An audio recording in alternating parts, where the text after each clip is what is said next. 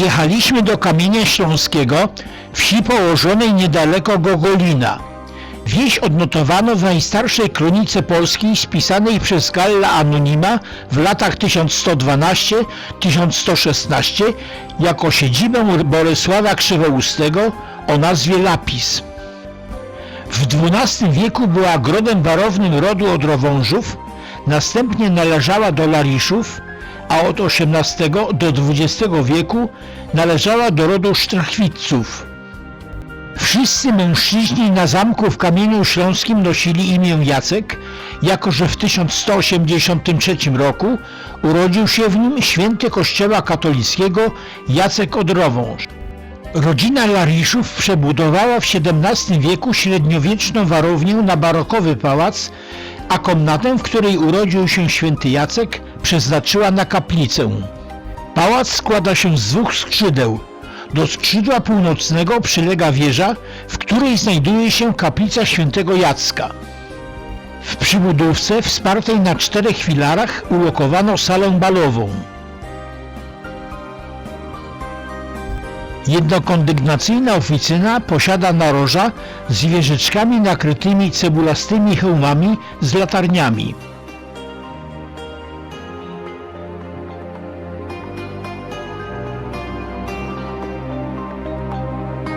Wieża pałacu nakryta jest czworobocznym hełmem z 8-bocznym baniastym zwieńczeniem. Elewacja wschodnia oficyny posiada w przyziemiu krużganki. Na dachach korpusu i oficyny znajdują się liczne mansardy. Na osi elewacji wschodniej korpusu znajduje się ryzalit flankowany pilastrami.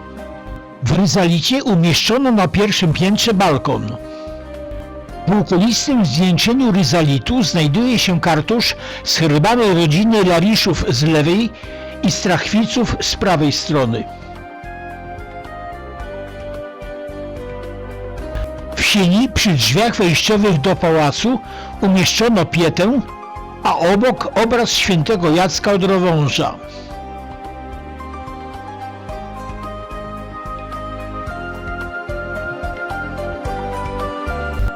Święty Jacek był założycielem wielu zakonów dominikańskich. Został wyniesiony na ołtarze w 1549 roku. W holu umieszczono kasę, zegar i dębowe ławy. Wystrój nie jest oczywiście taki, jaki pozostał po ostatnim właścicielu. Na antresoli umieszczono 3 herby: Odrowążów, Strachwiców i Lariszów.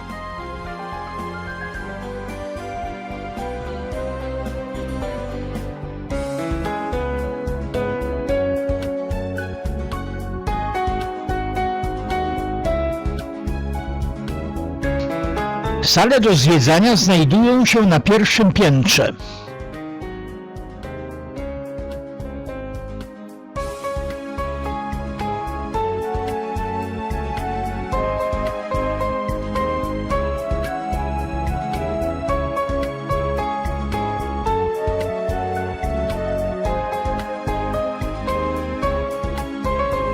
Długi korytarz prowadzi do sali balowej.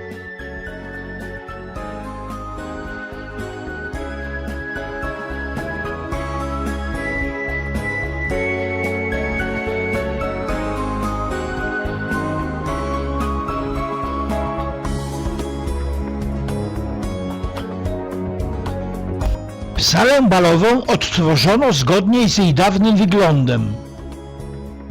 Pozostałe sale są zaaranżowane współcześnie, choć w duchu poprzednich wieków.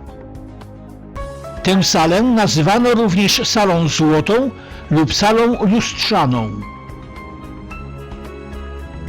W sali balowej są również herby 3 rodów. W tym miejscu należy powiedzieć, że pałac nie ucierpiał zbytnio podczas działań wojennych. Po wojnie był w nim dom dziecka i mieszkania dla wojska obsługującego lotnisko. W 1970 roku pałac podpalono. 20 lat później ruinę przekazano diecezji opolskiej. Prace remontowe trwały 4 lata.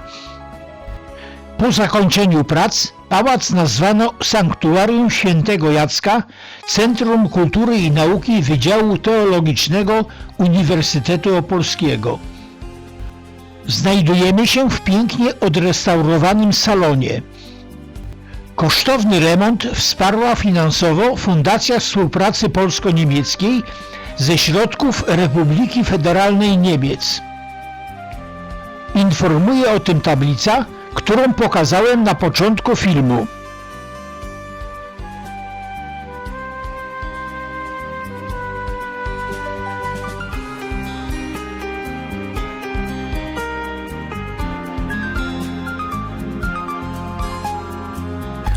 To dawna jadalnia, która jest obecnie biblioteką.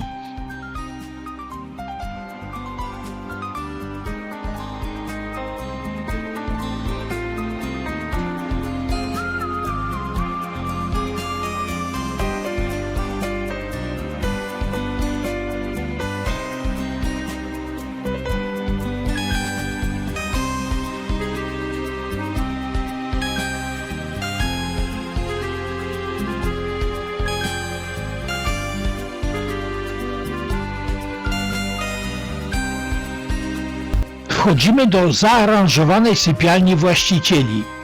Znajdują się tu łóżka, nocne stoliki, toaleta, szafa i stolik z marmurowym blatem we wnęce.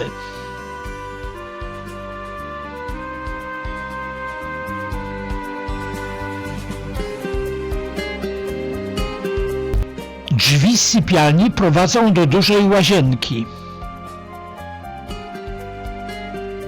Stylowe meble, lustra, chodniki, kinkiety i obrazy są ozdobą korytarzy.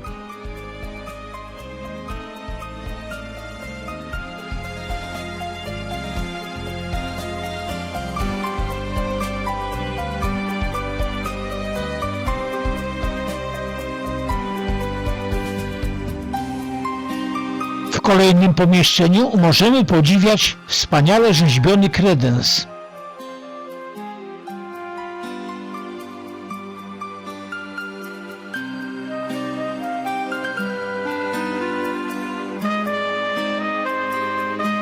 Przechodząc przez salę, warto zwrócić uwagę na malowidła sufitowe. Są tu wizerunki właścicieli, sceny z mitologii i inne. Kaplicę Świętego Jacka, park otaczający pałac i budynki dawnego zaplecza pałacowego, czyli stajni, powozowni i innych, pokażę w kolejnym filmie.